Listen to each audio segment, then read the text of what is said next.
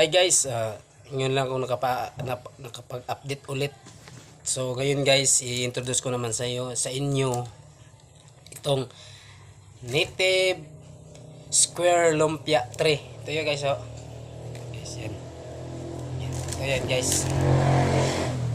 Native lumpia tree. Kahit anong ilagay mo dito mga pagkain, pwede. Hindi lang lumpia, kahit ano. Anong lagay? 10 lahat ito guys. Order to lahat. Ready to ihatid na sa nag-order. Guys, native lumpia tree. And thank you sa lahat ng sumusuporta sa akin, and please follow my Facebook for more native product content. And thank you sa lahat. God bless you all.